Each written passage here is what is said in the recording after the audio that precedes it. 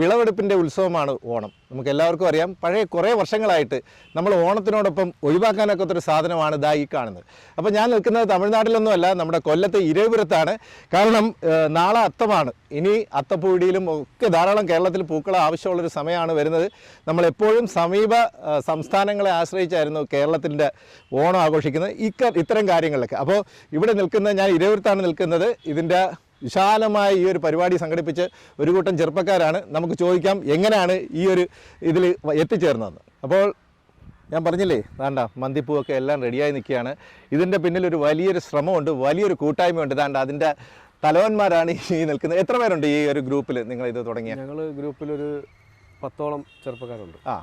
പിന്നെ നമ്മളെ ഇതിൻ്റെ സഹായിച്ചത് ഈ കുന്നത്താവ് മഹാവിഷ്ണു ക്ഷേത്രത്തിലെ ഭരണസമിതിയും നമ്മൾ ആവശ്യം അങ്ങോട്ട് അവതരിപ്പിച്ചപ്പോൾ അവർ പൂർണ്ണമായിട്ടും മനസ്സ് സമ്മതിക്കുകയും. ഇങ്ങനെ എന്താണ് ഇങ്ങനൊരു ചിന്ത, ഇതുപോലൊരെണ്ണം നമുക്കൊന്ന് ചെയ്താലോ? ഞങ്ങൾ കാലാകാലങ്ങളിൽ എല്ലാ ഉത്രാട ദിനത്തിൻ്റെ അന്നും ഞങ്ങൾ പരക്കം പായുമായിരുന്നു അത്തപ്പൂവിടാൻ വേണ്ടി.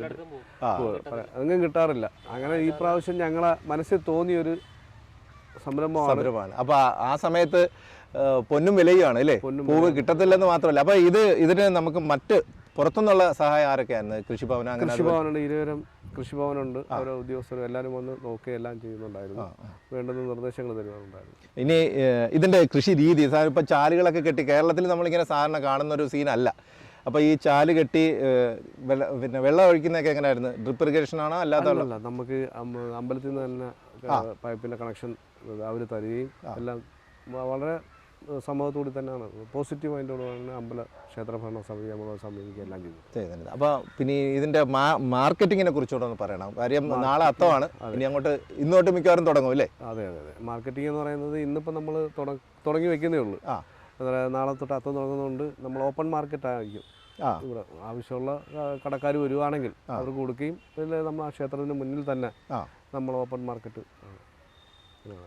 വളരെ മാതൃകയാക്കേണ്ട ഒരു കാര്യമാണ് നമ്മളെ ഈ വിഷ്ണു ക്ഷേത്രത്തിൻ്റെ ഈ മൈതാനത്ത് ഈ ഒരു പൂക്കൃഷി കാണുമ്പോൾ നമ്മൾ ചെയ്യേണ്ടത്. പലരും ഇത് മാതൃകയാക്കണം. കാരണം പല കാര്യത്തിന്, ഭക്ഷണ സാധനങ്ങൾക്കായാലും എല്ലാത്തിനും നമ്മൾ തമിഴ്നാടിനെ ഡിപ്പെൻഡ് ചെയ്യുന്നൊരു കാലമാണ് ഇപ്പോഴും തുടരുന്നത്. പക്ഷേ ഇപ്രാവശ്യം പല സ്ഥലങ്ങളിലും ഇതുപോലെ പൂക്കൃഷി നടക്കുന്നുണ്ട്.